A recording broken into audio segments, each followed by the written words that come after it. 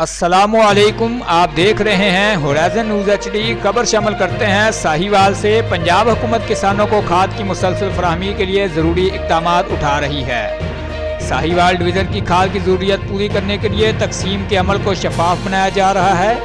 Urea کھاد کی ذخیرہ اندوزی میں ملوث افراد کے خلاف مقدمات درج کرائے جائیں۔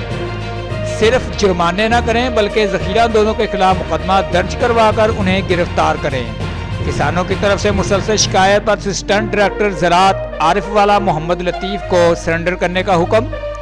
کسی سرکاری افسر کو ملی بھگت سے کھاد کی تقسیم کی اجازت نہیں دی جا سکتی۔ کمشنر کی پاکستان کسان اتحاد کے وفد سے ملاقات میں گفتگو۔ کمشنر کا اجلاس کے دوران ہی ڈپٹی کمشنر کو فون، کھاد کی منصفانہ تقسیم دستیابی یقینی بنانے کی ہدایت۔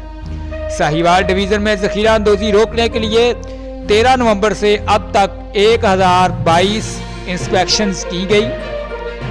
یوریا ذخیرہ کرنے پر 35 مقدمات درج کروا کر 18,86,000 روپے جرمانہ عائد کیا گیا۔ کمشنر آفس میں پاکستان کسان اتحاد کے وفد کی کمشنر علی بہادر قاضی سے خصوصی ملاقات۔